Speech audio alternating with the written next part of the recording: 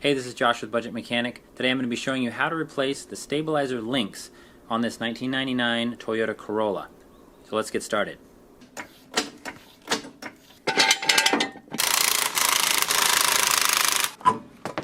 Once you've got the wheel off, you can find your stabilizer link right here. It's a double-ended piece with two rubber sort of bushings, and you're going to need to remove these two nuts. And on this, I find that I have to hold the back side, otherwise it just spins when I try to loosen the nut.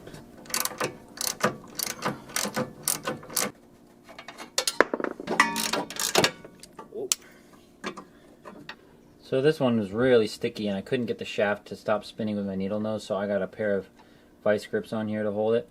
There is an Allen wrench fitting at the end of this shaft, which you can stick in and use an open-ended wrench to get this off. But this is just as fast for me since I don't care about ruining the old link.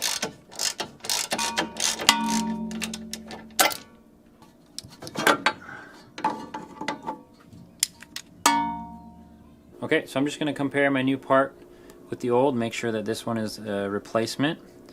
And you can really see here how bad this is in that I can freely wiggle this shaft around. It shouldn't do that. The new one is really stiff and tight. You can still move them, but they're really tight. That's how they should be. So let's put this one in. So we're going to start on the bottom. Put that in.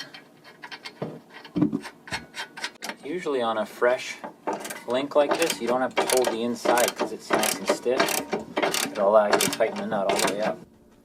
Nice and snug. As you can see, this is not going to quite line up. So what we're going to do is push this over a bit, and we're actually going to lift the control arm up a little bit to meet that hole. So to do this, I'm going to lower the car fully onto the jack stand, and then I'm going to use the jack to lift up on the bottom of this control arm.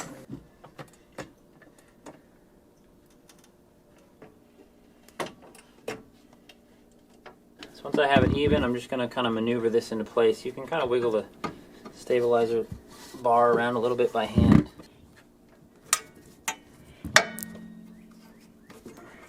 There we go.